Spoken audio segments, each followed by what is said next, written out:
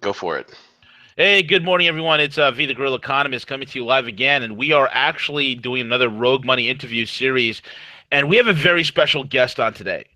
You know, oftentimes you've heard me, talk about innovation. You hear me talk about, listen, about being empowered, being involved in change, how we need to transform how we do things. That it shouldn't be as politics as usual. It shouldn't be just, hey, this is what we do, so let's just keep doing it.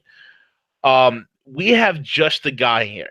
And the thing with Don Wettrick, the background on this guy is amazing. I mean, this guy's spoken for Fortune 500 companies. He's the founder and CEO of StartEdUp. He's the author of Pure Genius: Building a Culture of Innovation. He's an international speaker and presenter. He's the innovation coordinator at Noblesville High School. Okay, and if you're lucky enough to go there, man, God bless you. But this is a guy who is really turning education and on its head, and just a truly remarkable individual. With that being said, Don, it's an honor to have you on, sir. Thanks. I'm gonna have to play that introduction for my mom and dad. It's nice of you. Hey, no problem. Believe me, it's the least I could do, man. I mean, Don, so give the audience a little bit of background of who you are and what you're all about, and what started your passion on this quest of empowerment, of really recognizing, hey, there's a problem in the way that our kids are learning, and what spurred you to do that which is different, man. Yeah, I think really the origins were two things. My dad, he was an educator, and when I got out of college, I actually worked for a think tank in Oh, wow. Indianapolis. I was the dumbest person there, believe me. But I decided to go into education, and my mom and dad had spent had paid for my college education. So I was going to tell them I was going to go back. I wasn't asking for money, but I let them know that I was going to do that. And everybody in my family was an ed, and I thought he was going to say don't do it or whatever. But he never badmouthed education. But he did say, says, son, I don't care if you teach for the next 20 years. Just promise me you won't teach 1 year 20 times. And that always stuck with me because actually it didn't mean anything to me then. But as I started to teach, there were some teachers that were getting out their year out of the closet. Dittos you weren't allowed to write on because those dittos they didn't want to make copies of next year. And I started to see that there was kind of a problem that student engagement was low. That's not to say that I think that there's an entertainment factor. Sometimes it's not as entertaining, but the engagement was low. And then secondly, it was Dan Pink. Daniel Pink did a TED Talk about 7 years ago now, I think. And, it was on the puzzle of motivation. And they wanted to see what they found out. It wasn't just money. It was the pursuit of mastery and some freedom. So I watched that and I thought, okay, why can't school look like that? Or at least why can't one class look like that? So he talked about, at Atlassian, at Google, they allowed 1 day a week for the employees to work on what they wanted to work on. And so I thought, let's do this. And so I talked to my then freshman English class and I said, how would you like a day of the week where you could work on the things that you wanted to work on? And here's the crazy thing. Everybody said, yeah, finally, school can be relevant. Finally, I can do what I want. And I said, okay, next Friday we start. Like, yeah. And next Friday came and nothing. And I quickly learned that people like their prison cell. They were allowed to pursue almost anything, and they sat there and like, what do you want me to work on? What will get me an A? What do you want to work on? I don't know. Stuff. And it took some time for them to get out of that mindset. So by all means, I mean, I now like listening to people that talk about failing forward and all this stuff, but it's not just a mantra. It's true. So I decided, you know what, I want this to be my own class instead of just one day, like 30 minutes on a Friday. So I asked my principal. He said no. I heard yes, even though he said no. And I kept going on. And I was dumb enough to think that I could just call Dan Pink and say, could I get your help? And that's exactly what I did. And Dan helped out and Skyped the class a couple times and they got it approved. And then we were off and running. And then my class is called Innovation in Open Source Learning. And the best way to describe it is the things that you're obsessed with, the things that you want to know more about and push past. Why can't Why can't you do that in school for one period a day? And the open source part of it is that you're not going to learn from me. I'm going to be a project manager. I'm going to push, I'm going to prod. But if you're saying like, hey, I really want to code an app for just Android, Yeah. great. I don't know how to do that. But I sure as heck know how to break things down, how to set goals, how to do, reflect and adjusts. And so that's how it was born. That was a really long answer. I'm so sorry. No, it's a great answer, and I'm glad that you shared that with us, man. What is it about learning today that's really just not? I mean, look, I remember being younger and being one of those kids who was absolutely bored to tears at school. Absolutely bored to tears. Like I'd ace all my tests, but I wouldn't study. I wouldn't, take the time to be enthused in subjects that I'm just not interested in. So what the heck is wrong with kids today, especially like, with education? I mean, a lot of kids I speak to, man, my younger nephews, nieces, and cousins, they're like, yeah, man, I hate school. It's boring. It's just the same old repetition, same old rote, man. So, Right. where did this come from? Like, how did school get to where it is today, man? Well, so first of all, it's the exact opposite. School is Mm, still the same. right. Right. Okay. The difference is that you don't need to go to school to learn anymore at all. Right. You can YouTube 90% of things that you need to know. Hmm. There are online classes. There is YouTube. There are wikis. So the difference now is I think we have a customer base that's a lot more savvy. Yeah. So when we offer something, you're saying the learning. Well, learning sometimes is also self-directed. So for years, we have based performance on compliance. Hmm. You know exactly what the answer is, Right. and if and by the way, that's also based on somebody's opinion. Hmm. You might have and I'm not bashing social studies teachers, but sometimes diversity of thought was not allowed. So you have a student that will write an essay with a conservative slant, and he's told, no, that's wrong, because my viewpoint is this is right. So when we have students that want to learn, they sometimes want to learn. They don't Yeah. necessarily want to react. And I think that's the fundamental difference of people that are wanting to pursue the innovation route. If you know the answer ahead of time, it's not innovative. If you're offering a lesson and you know that the answer is going to be 7.2, okay, that's kind of all right. But innovative is how many different formulas can you come up with that will equal 7.2? Yeah. How can no one cares with what you know? They care about what you can do with what you know. Hmm. I brought this up not too long ago, and I've got to find it. Maybe I can look it up on YouTube. I think it was like 1984. Brooke Shields went to, and it may have been like the American Music Awards. And at the time, she was in Harvard, and everybody's so happy that she was in Harvard. And I don't think that I'm dreaming this, but they had her get up there and like, hey, you're going to Harvard. And like, what did you learn? And she said, E equals MC squared. And everybody applauded. And in 1984, saying that you knew something counted. Could you imagine somebody saying, what have you learned? I've learned that E equals MC squared. You'd probably say, what does that mean? What can you do with that? What are the implications of that? That is the big fundamental thing. Here's my problem. We have, for years now, had students think that if you just sit down, shut up, and tell me what I want to hear, there's a future. That future is gone. Yeah. It's gone. Memorizing unless you're Ken Jennings, unless you're making a career on Jeopardy, there is very little future now. Thank you for laughing at that. There is very little future now for sit down, shut up, and memorize this. Right. The things that are out there are for people that can pattern recognition, right? Sure. I've noticed the people that do this and do that, so therefore I'm going to. You guys are money guys that can pick up on trends faster than anybody, make money. Right. Right. I want my students, and I'm not going to go political, but I don't want my students waiting around for a government official to tell them where their opportunities are. Bingo. Opportunities are everywhere.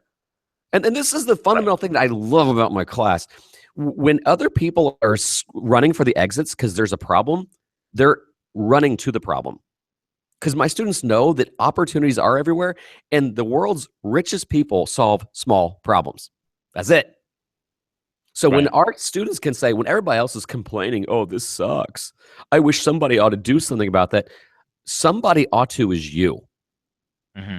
Somebody that comes up with a solution is, and I don't want them to focus on just money, but there's a financial reward for the people that can pick up on those patterns, find those problems, and then provide solutions. Absolutely, man. I agree wholeheartedly. Do you think that, one of the biggest problems that's really killing the American educational system today is it conformity? And a lot of people bring that up. Do you see that as well? Is it a conformity that Oh that God, you know, that yeah. yeah, Here's the catch 22. If you have no standard of measurement, you don't know what to base it off of. yeah. But what gets measured, that's the hard part. And what breaks my heart is the lowest performing schools pride themselves on conformity, on Mm. compliance. Wow. You go to an inner city school, and the Yeah. first thing that they'll be proud of is the lack of expulsions they have. And I understand why. At a baseline level, you have to feel safe first. You know, all the Sure. periods of history, innovation came in times of peace. That's period. Well, actually, in wartime, I'm not going to go down that avenue, but when you feel safe, you have time to think deeply. So I get it. Lower performing schools need safety first. Understood. Mhm. But when you beat that into them and all they're really caring is, are you sitting down? Are you shutting up? Are you passing this test? They don't see the value in it. Right. And so you have to look at this as an entire system where for years it worked. So, and I'm so, not that I'm name dropping, but I'm so happy he's a friend of mine. Naveen Jain is an incredibly successful entrepreneur. Okay. Um, Interesting guy. And he and I were talking, and actually he's said this several times. He actually, I think he had a TED talk on it. He said there's a difference between broken and obsolete.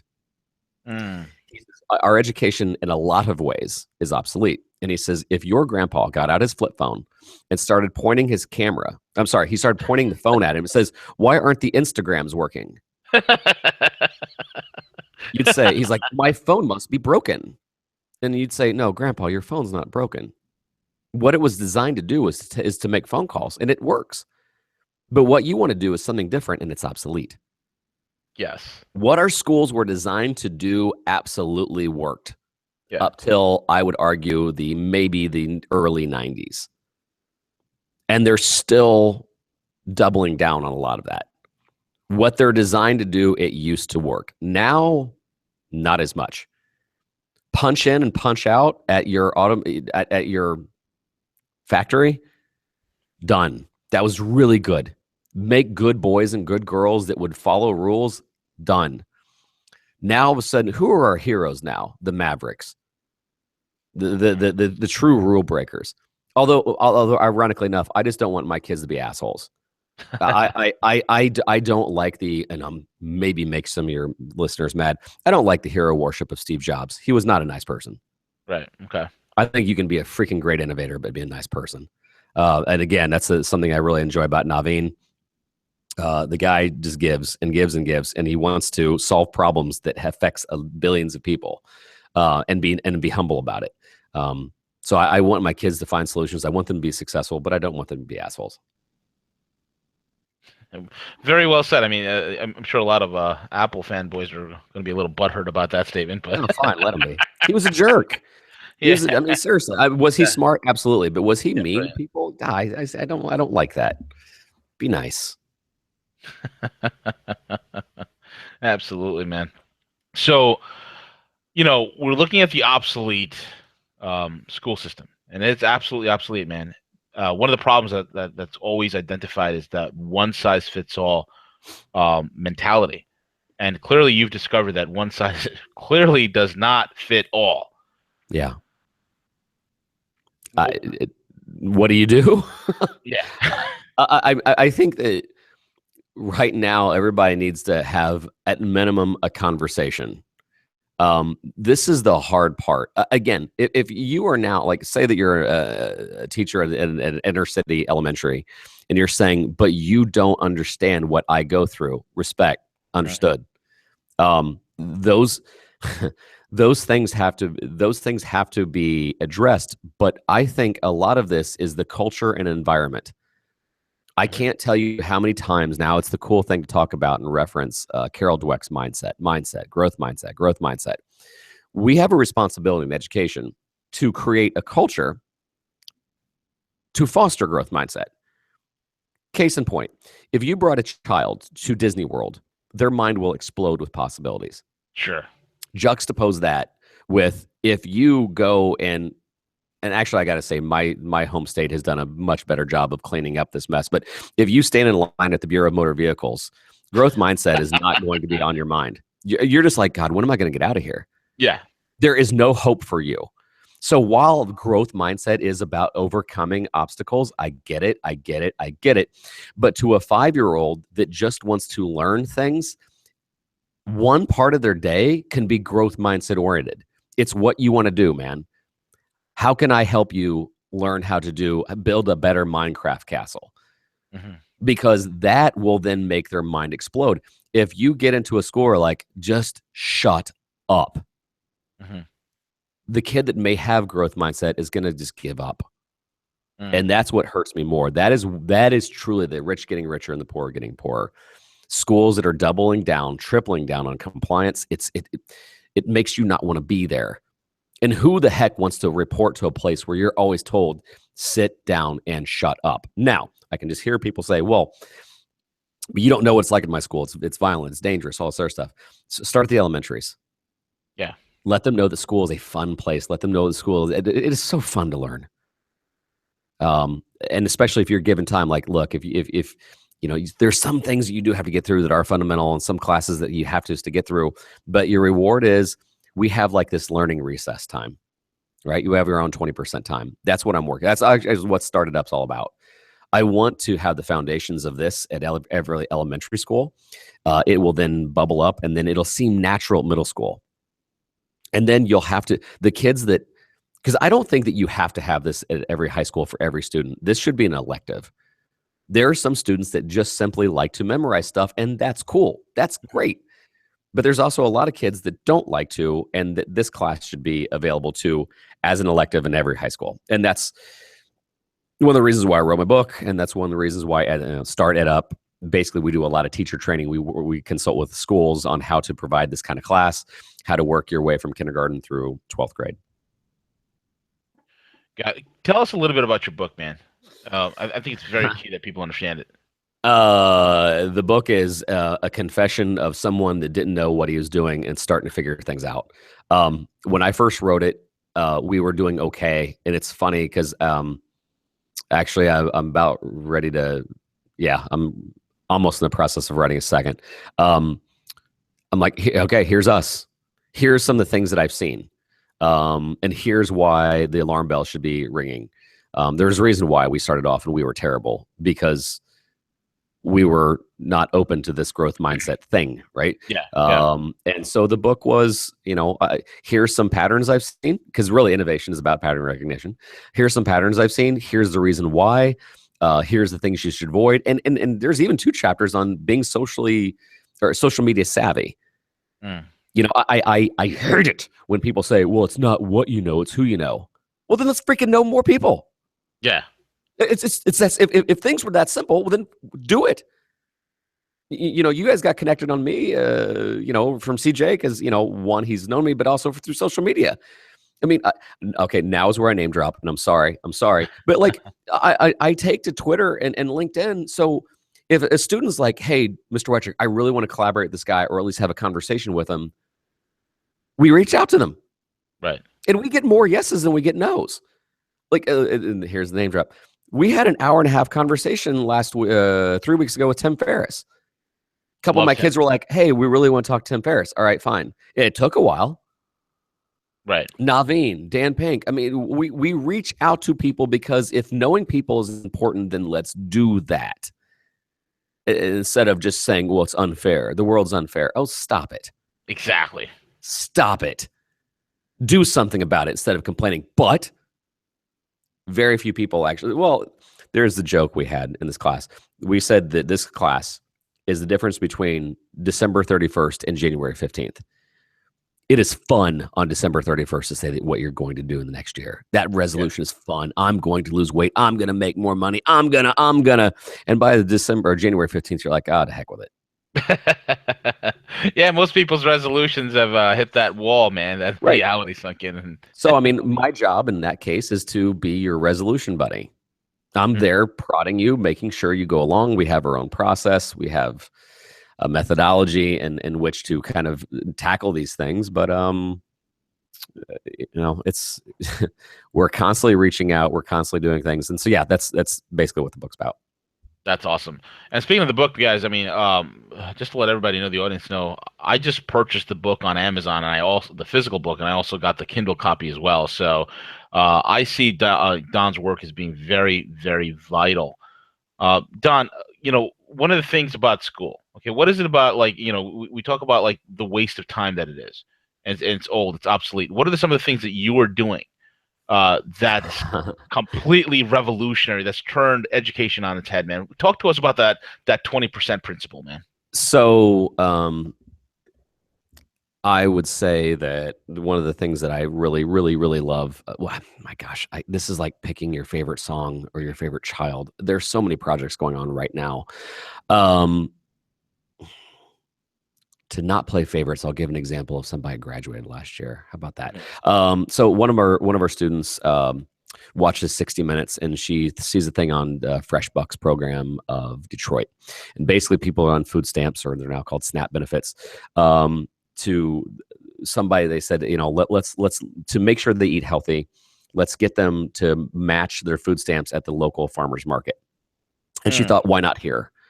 And so she goes to the SNAP benefits coordinator, and then she goes to the local farmers market, the people who run it. She's like, here's what I want to do. And they went, great. How do you do that? And she figured it out. She used school time and school resources. We have a great laser cutter. She got a small grant of balsa wood. She lay out and designed her own coins so you couldn't replicate it.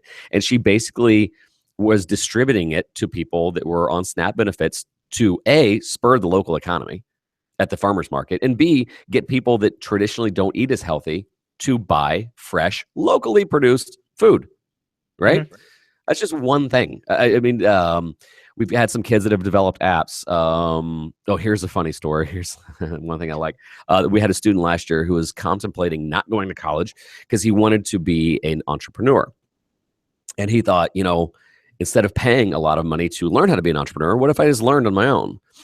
So he gets through the class. He ends up finding his mentor. I shouldn't say which one. I'll just say this. His mentor started a Fortune 200 at minimum company, a tech company. I don't know if he wants me to talk about it because he doesn't. Yeah. And so that's his job. So he starts working for him. Then he goes on an event at the Venture Club that we spoke at. And I was the keynote, and I said, hey, don't believe me. Here's two of my students. He left with $25,000 in seed funding.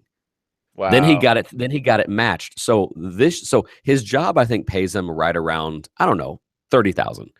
Yeah. And he's gotten $50,000 of seed funding. So let's see, that's 50, 60 cents, $80,000. Right. And he was going to spend at least $20,000 at a university this year learning how to be an entrepreneur. He's up plus $100,000 this year. Absolutely, with no debt and real on-the-job training, real skills. Yep. Wow. And just to be snarky, he goes to other universities and goes and hangs out on the weekends with his friends and and I'm like, good for you, man. You were freaking hacking it. You were hacking the system. Wow. And I love it. And if he wants to, he can take there's a lot of courses online that are free. I mean, Stanford does some pretty cool things. I mean, there's stuff out there. So actually, we were talking, Tom Billieu, who has co-founded Quest Nutrition. He talked to the kids and he says, you know what? Nice. My degree, it's good stuff. They are. He said his degree was in filmmaking. He says, you know what? No one's ever asked to see my diploma. Yeah. I make nutrition drinks and I make nutrition bars, and no one has checked out my credentials. No one cares. Nobody cares, man. Right. And so, no, I love that. I mean, I literally, I'm trying to not give examples of this year because then somebody's gonna, because my students will listen to this and they're like, Yeah. "Well, you should have mentioned mine." So I'm deliberately not. But yeah, we've built apps, we have started programs, we've started done things that are social entrepreneurial, we've done tons and tons and tons of I stuff. love it. And sometimes they're not. And I'm giving you some of the grandiose. I mean, we've had some things like what was something simple? Okay, a kid on the basketball team. Hmm. And he had a hard time with this because tell me what to do, coach, and I'll do it. Yeah. Right. Sometimes athletes have a hard time with this class. And so he was struggling one day. He says, I don't know what I want to work on. I said, well, I said a lot of times it's problem identification. And what are you passionate about? Basketball. What do you love? Basketball. Okay, fine. Have you seen a problem? Well, yeah. Like sometimes the coach, and this is what he said, he's like, sometimes the coach won't call a timeout and he wants us to like learn on our own. But sometimes like we just keep falling further and further down a spiral. I'm like, okay, what would you do about it?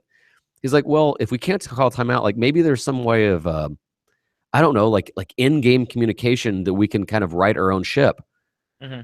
Okay, what are you gonna do about it? Well, maybe I can like call a team players meeting only and we can like work on our own like secret communication or hand signals or something. I'm like, great. No, he wasn't coding an app. He wasn't getting, people on food stamps, but that was important to him.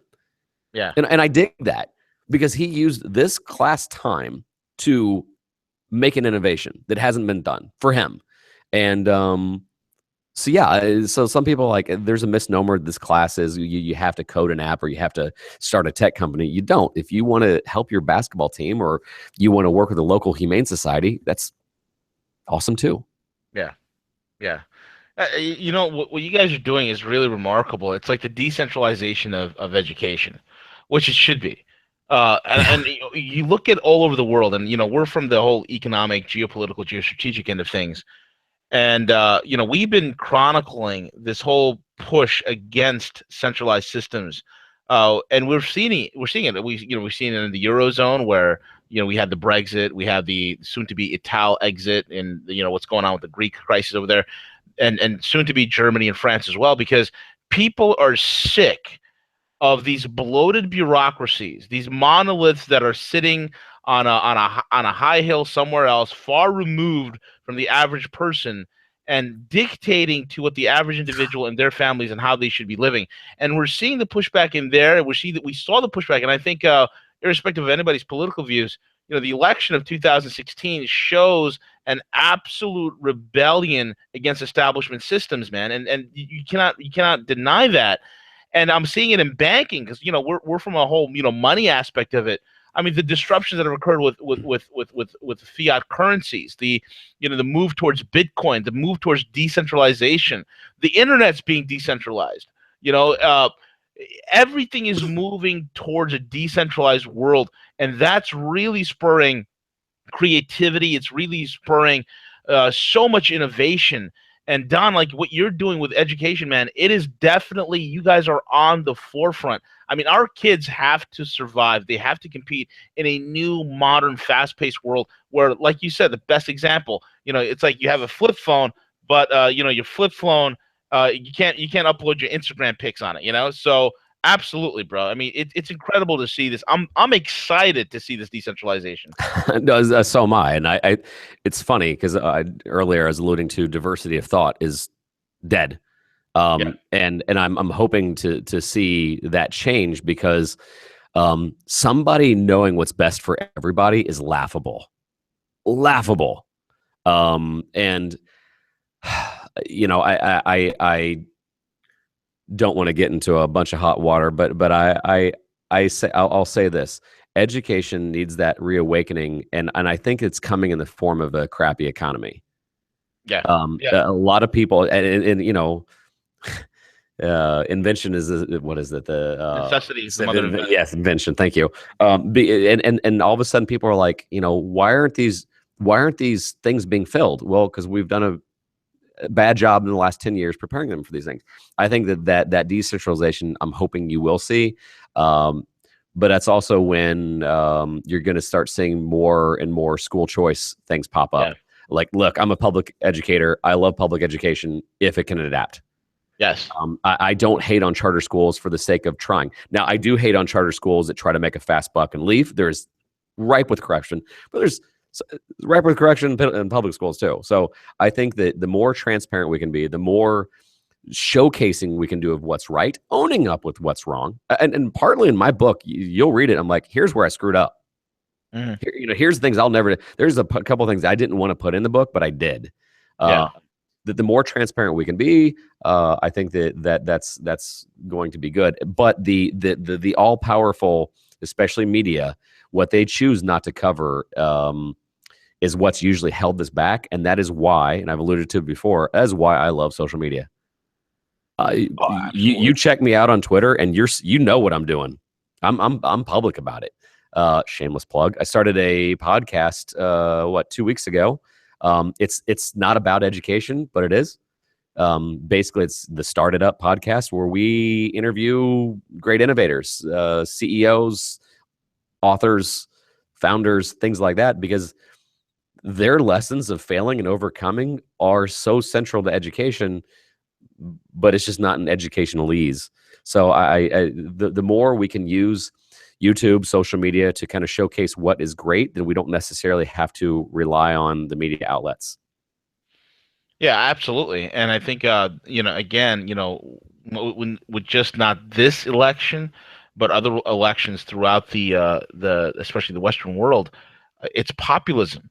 And the way that the mainstream entrenched establishment medias and these systems that were created by these big bloated bureaucracies and the top 0.001% to consolidate their power, so to speak, you see the absolute revolt by people using social media. And social media was one of the clear winners of 2016. It showed the people how powerful it is. And we ignore social media at its peril. The funniest thing is done is when I talk to like older people that are, older educators, and they still look at social media like it's some sort of archaic thing. They still look at the internet like it's just for emails or the information superhighway. They haven't adapted to the fact, and people need to realize this: the internet is just not a utility anymore. The internet itself is life at this point, man. It's Yeah, life. yeah, it is. And of course, there's pendulum swings that are good and bad on that. Right. I've seen some dangerous things come across, but uh, the most dangerous things is when um, media outlets ignore. The worst form of media bias is ignoring. Um, so when so some of these things that are starting to creep up and trend, Yeah. I'm hoping it gets some love from main sources. And I will say this: when you're doing what's right for kids and you can showcase what you're doing, I think you're bulletproof. Yeah. Um, I've taken some risks early, things that were borderline fireable, Yeah. because I kept asking for forgiveness instead of permission because everything would turn out fine. Hmm. But I think that because because we were so transparent and you saw everything I was doing, that I think that the media then would say, okay, there's no one, because everything has to be so freaking political, Right. right? Exactly. Everything has to be so political, and it's kind of funny because I really started to do a lot of things in Texas Hmm. because my class kind of flies in the face of Common Core, which is a federal program. And if you're doing something anti-federal program, you're a Texan. And I love it there. I'm not bad mouthing. I think it's wonderful. Sure. But it's just so funny because they're like, because they labeled me like, well, you must be, a really hardcore Republican doing something like this. And, for complete transparency, I'm like, well, I'm a libertarian, so kind of. And like everything has to be so political. And I think that government should really, politics should stay out of education. We're doing what's right for kids. I don't want to do what's right for unions. I don't want to do right for special interest groups. I don't want to do right for, and that's why sometimes I said on the charter school, sometimes it has a dirty, ugly side. I just want to prepare students for the future. And that future is vastly changing, and we have to. Yeah. Otherwise, I can't look at myself in the mirror and say I'm preparing them. Right. Exactly, man. Totally.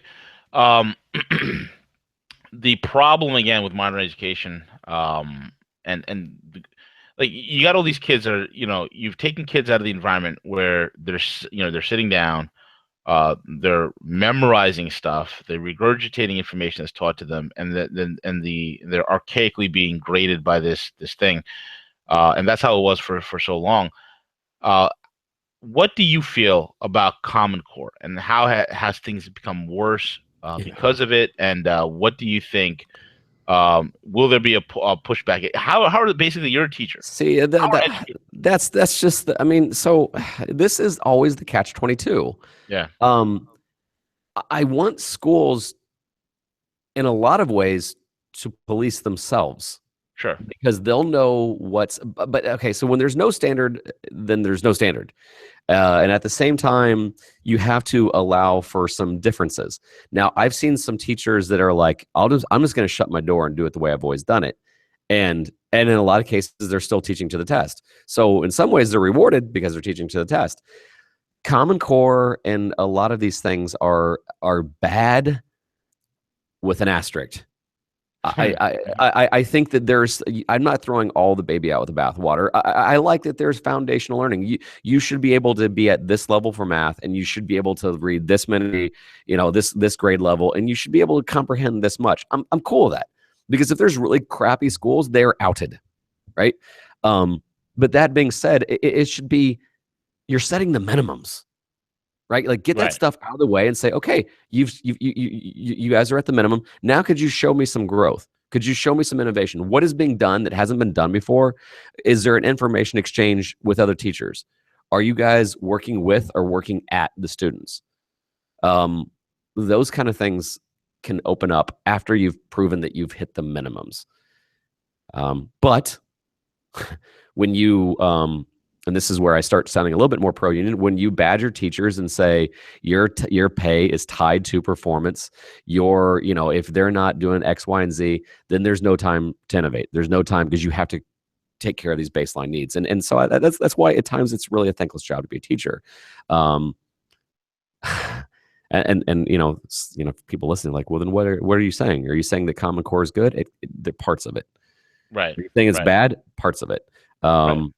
That is why I'm a really big fan of the states kind of doing it by a case basis. Mhm.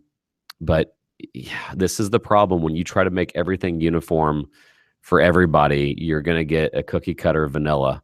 I would just like a model of saying, okay, you have met the minimum requirements. Now go and do great things.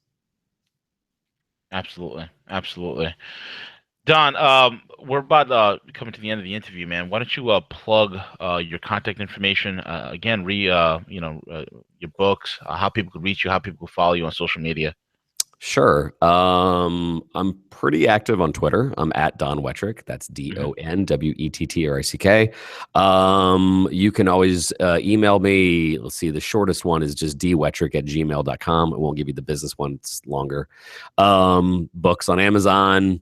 StartEdUpInnovation.com is some of the programs we offer. And yeah, if you are, if you want to mentor some students, I'm always looking for people that have unique insights and expertise, because a lot of educators want to bring people into the building. They just don't know how to get in. So email me and I'll hopefully point you in the right direction. And before that, man, could you also quickly describe some of the work that you're doing in schools and educators that brings innovation to the classrooms, real quick? Right. Well, I mean, it's funny. I'm a high school teacher, but I work a lot with elementaries right now. Nice. Sorry. No problem. Speaking, well, I mean, obviously, like even within my own township at Noblesville, I go to, I teach every other day. So I will go to the elementaries and work there and kind of work with them. But with StartEdUp on my spare time, and I almost say that laughingly, yeah, working with elementary teachers on here's how you provide this framework, with middle schools on how you can share this with the teaming approach. What is innovation? How do you rethink? Some of our classes, I don't have to go on location. I've got a teacher training course on what it is to think like an innovator, and then some training for high schools on if they would want to offer this kind of course as an elective. So I hate to use the word consulting. We kind of coach other Yeah. schools. Awesome. Fantastic, folks. Once again, that's Don Wettrick. Again, great guy. Get the book, Pure Genius: Building a Culture of Innovation. Get it. I got it. I got the hard copy. Just downloaded the Kindle. Um, Don, we got to do this again, man. I mean, absolutely. Just You awesome want to have stuff. your mind blown. You should. I've got two students you should talk to, and I Let's do didn't. it. And I will not play favorites. But when you hear what they're doing, you will want to hear from them. I'm promising you. CJ, did you hear that? I heard that. We'll get it lined CJ, up. we got to get that lined up. Maybe next week. Don, you want to do it Definitely, next week? we will do that. Sure. Sure. Let's do it, Yeah, bro. you'll, Let's hear from this because this is the future. This is the kind of solution I want people to hear. I mean, there are people that listen to like some media outlets or they're listening to alt news or whatever, and they're looking at all the world and they're just sitting in fear. They just want to go into the basement, eat cat food, and wait for the SWAT team to come through the door, as I always say.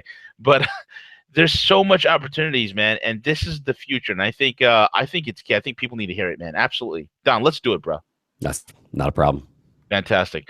And We'll once do it. again, guys, this is V the Grill Economist. Again, we're on roguemoney.net. Check us, follow us on Twitter on Rogue Money. I'm sorry, at the Rogue Money. And again, the podcast, that's where most of the action is. Listen to the podcast, download it, check it out on iTunes as well as on Android. And check out the Rogue Money Facebook page. And with that being said, thank you all for listening in. This is V and CJ with our special guest, Don Wettrick. Thank you so much all for listening in. Have a good one. Take it away, CJ.